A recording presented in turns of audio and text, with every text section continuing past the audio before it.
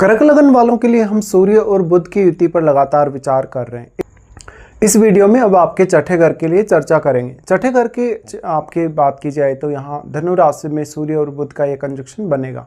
देखिए, छठे घर के लिए मोस्टली ऐसा कंजक्शन आपको काफ़ी फेवर करने वाला है, क्योंकि ये कंजक्शन आपको उन फील्ड में ज़्यादा से ज़्यादा सफलता दिलाता है जहाँ पर आपको बहस करने की आवश्यकता होती है, तर्क वितर्क करने, वाद विवाद करने की आवश्यकता होती है। जैसे कि कोई कोर्ट वगैरह है, कोई भी आपकी ऐसी स्थिति जहाँ पर आप कोई बहुत अच्छे वक्ता के तौर पे सामने आते हैं, आपको जहाँ पर कहीं ना कहीं पक्ष और विपक्ष को एक साथ सुनने की कहीं ना कहीं ज़रूरत होती है। इस प्रकार के कंजक्शन की वजह से जहाँ तक अपनी परफॉर्मेंस को बहुत अच्छे से सामने रख पाएगा, वो हो सकता है बहुत ज़्यादा तीक्ष्ण बुद्धि वाला हो, बहुत टैलेंटेड हो। हालांकि ऐसे जातकों के कभी कभी जो खर्चे हैं वो बहुत ज़्यादा रहते हैं और पैसे को मैनेज करने में शुरुआत में कठिनाई आती है। अगर यहाँ बुध वक्री हो जाए, उस स्थिति में कैरियर में भी थोड़ा स्ट्रगल स्टार्टिंग में ज़रूर करना पड़ता है। लेकिन सूर्य का यदि यहाँ बहुत अच्छा प्रभाव हो तो ऐसा जातक काफ़ी कुछ कर सकता है अपनी लाइफ में, और वो लाइफ में जो कुछ पाना चाहता है, जो कुछ वो स्पेसिफिक करना चाहता है, उसको वो प्राप्त अवश्य करता है। अब ये गुरु का घर है, तो गुरु की प्लेसमेंट आपके चार्ट में आपको बहुत ज़्यादा मैटर करेगी। गुरु का प्लेसमेंट जितना अच्छा होगा आपके चार्ट में, उतना ही ज़्यादा सूर्य का जो प्रभाव है यहाँ पर अच्छा रहेगा। साथ ही सूर्य यहाँ आपके चार्ट में दूसरे घर के लॉर्ड होकर आ रहे हैं। ऐसे केस में फैमिली और लाइफस्टाइल आपकी बहुत ज़्यादा अच्छे होने के आसार हैं। ऐसा सूर्य आपको आपके वर्क प्लेस पे बहुत ज़्यादा डोमिनेटिंग बनाता है, और यहाँ बुध आपको लॉजिकल क्षमता प्रदान करते हैं, जिससे आपके निर्णय ज़्यादा से ज़्यादा बेहतर हो सकें, आपकी थिंकिंग अच्छी हो सके, आपका माइंड बहुत ज़्यादा प्रोग्रेसिव हो सके। ऐसे जातक अक्सर अपने कैरियर में कुछ बहुत बड़ा अचीव करते हैं।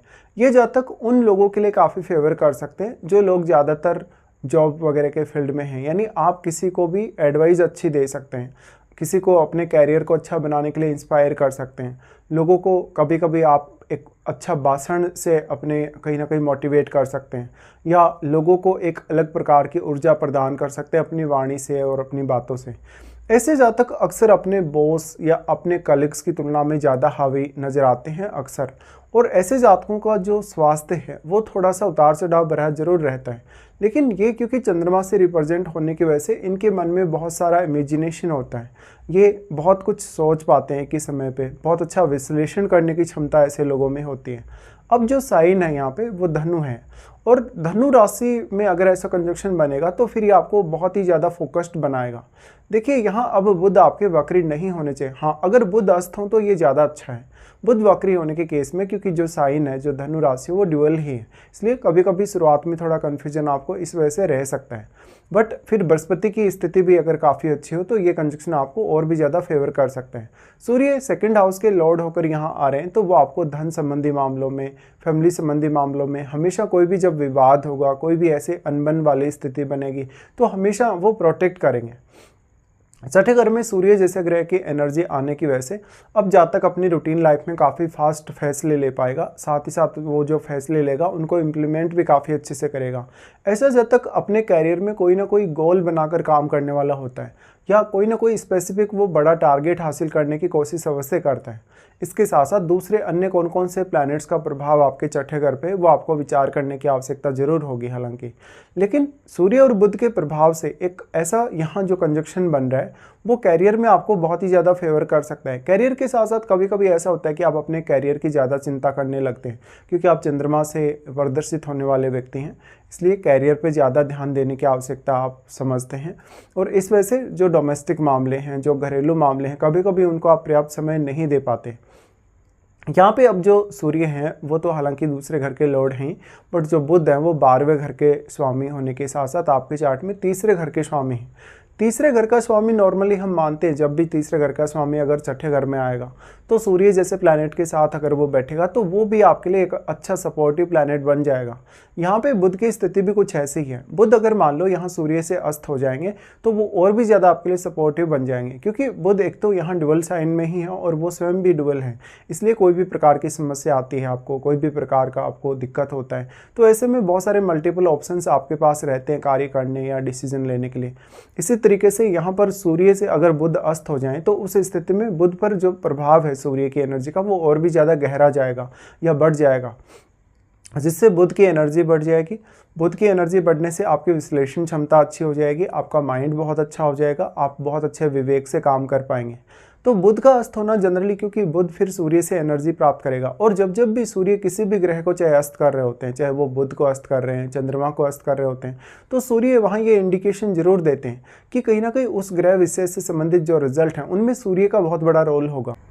देखिए, नॉर्मली जो अस्त ग्रहों की जो परिभाषा बताई गई वो उतनी सटीक नहीं साबित होती, और ज़्यादातर यहाँ पर नेगेटिव बोला गया जब भी कोई ग्रह अस्त होता है, लेकिन एक्चुअल में ऐसा है नहीं अगर लॉजिकली देखा जाए, क्योंकि सूर्य जब किसी भी ग्रह को अस्त कर रहा है, चाहे वो बुध है या कोई भी अन्य ग्रह, तो सूर्य जस्ट अपनी एनर्जी उस ग्रह को प्रोवाइड कर रहे होते हैं। ऐसे में उस ग्रह विशेष को जब एनर्जी मिलती है तो उस ग्रह विशेष के जो गुण हैं वो काफ़ी इन्हेंस होते हैं, और सूर्य अपनी लाइट या अपना प्रकाश उस ग्रह पर डाल रहे हैं, तो वो ग्रह कहीं ना कहीं चमकता है, या आप ये बोल सकते हो कि उस ग्रह विशेष की जो आप में क्वालिटीज हैं उनमें कहीं ना कहीं एक अलग सी चमक आती है, उनमें काफ़ी एक प्रोग्रेसिव स्थिति आती है।